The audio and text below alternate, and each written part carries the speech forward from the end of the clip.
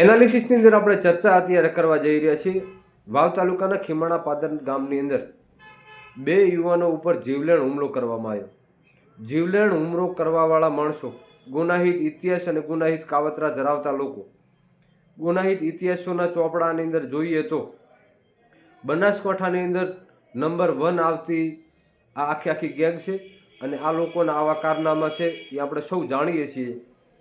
પોલીસના ચોપડે આ લોકોના આટલા બધા મોટા ઇતિહાસ છે, આજ દિવસ સુધી 50 દિવસ સુધી પોલીસે આ લોકોની ધરપકડ શું કામ ન કરી એના ઉપર આપણે અત્યારે ચર્ચા કરવી છે। અને આ વિડીયો બનાવવાનો હેતુ કે લોકોની સમસ્યા અને પોલીસ આ લોકોથી શું કામ હજી દૂર રહે છે। આજે બનાસકાંઠા જિલ્લાના એસપી સાહેબ વાર્ષિક રીતે જેમ પોલીસ સ્ટેશનની તપાસ કરતા હોય અને ઇન્સ્પેક્શન આવતા હોય એવી તપાસની અંદર એસપી સાહેબ બનાસકાંઠા અક્ષરાજ મકવાણા વાવ પોલીસ સ્ટેશનમાં આવે છે। તેમનો કાર્યક્રમ પૂર્ણ થાય છે ત્યારે ખીમાણા પાદરથી બહોળી સંખ્યામાં લોકો એમના એડવોકેટ સાથે વાવ પોલીસ સ્ટેશન આવે છે અને પોલીસ સ્ટેશન આવી અને એસપી સાહેબને રજૂઆત કરે છે કે સાહેબ 50 દિવસ થઈ ગયા, જીવન મરણ વચ્ચે ઝોલા ખાતા યુવાનોની સારવાર હજી પ્રાઇવેટ હોસ્પિટલની અંદર ચાલી રહી છે।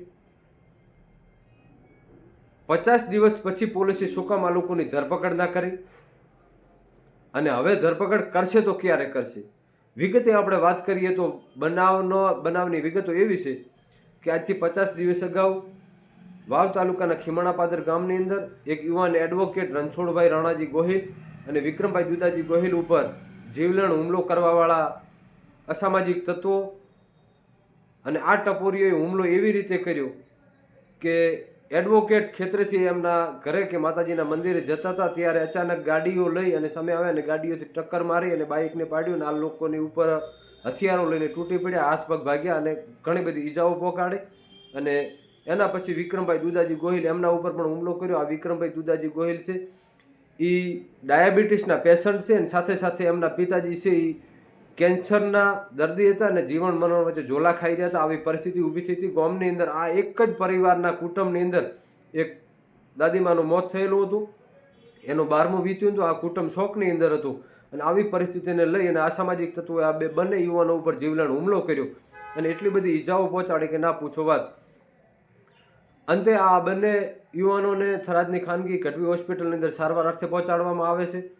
પોલીસની અંદર FIR થાય છે, પોલીસના ટોળો આવી જાય છે અને વાવ PSI, સોઈગામ PSI, માવશ્રી PSI, કોટ PSI આ બધા PSIઓ આવે છે। DYSP સાહેબ એનો ચક્કર લગાવે છે, પોલીસ ગામની અંદર આખી પોલીસ છાવણીની અંદર ફેરવાઈ જાય છે। બાકી 50 દિવસ થયા, આજ દિવસ સુધી સામાન્ય એક આરોપીની પોલીસે ધરપકડ કરી નથી। એને લઈ અને આ ગામ લોકો પોલીસથી નારાજ હતા અને એમની નારાજગી બતાવીને એસપી સાહેબને મળી અને કીધું કે સાહેબ અમને સંતોષ ક્યારે થશે? એસપી સાહેબે આ લોકોને ખાતરી આપતો કીધું કે ભાઈ જે તમારી તપાસ કરી રહ્યા છે એ અમારી કક્ષાના માણસ છે અને IPS અધિકારી છે અને એમને ફોન કરીને જાણ કરી કે તમને જે અમે તપાસ આપી છે આ તપાસના ગુનાહિત કૃત્ય ધરાવતા આ લોકો હજી સુધી ફરાર છે, કેમ એક પણ માણસને પકડ્યું નથી? ત્યારે તો એસપી સાહેબે આ લોકોને એવી ખાતરી આપી કે ટૂંક સમયની અંદર આ કામના આરોપીઓ જેલના સળિયા પાછળ હશે, પણ એ તો આવનારો સમય બતાવશે કે ધરપકડ થશે કે શું થશે એમ।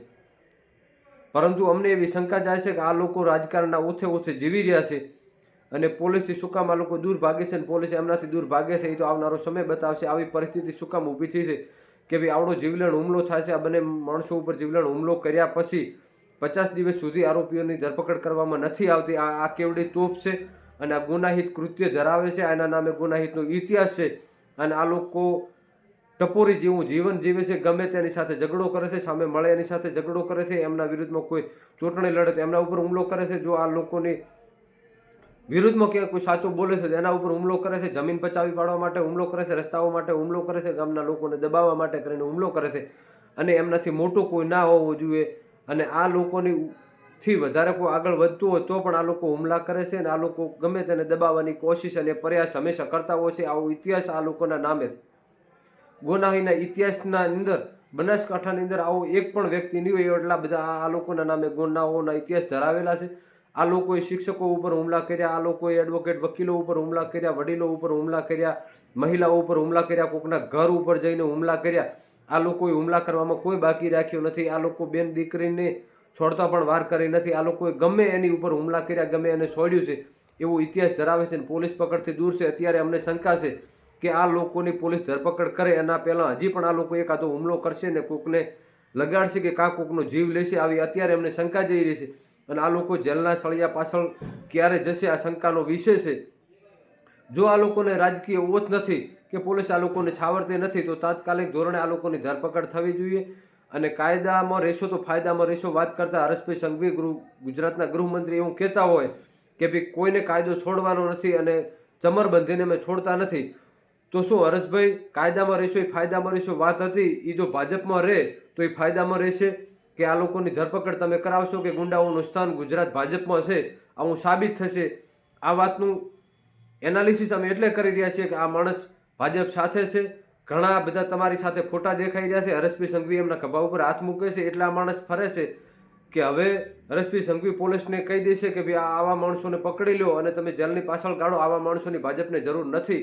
આવું ક્યારે કહેશે એ આવનારો સમય બતાવશે ને આપણે સૌ સાથે છે ને આવા નવા વિડીયો આપણે અવારનવાર બનાવતા રહીશું અને મીડિયાનું કામ કરતું રહેશે. જ્યાં સુધી આ લોકોની ધરપકડ નહીં થાય ત્યાં સુધી પોલીસને સરકારને અમે સવાલો કરતા રહીશું.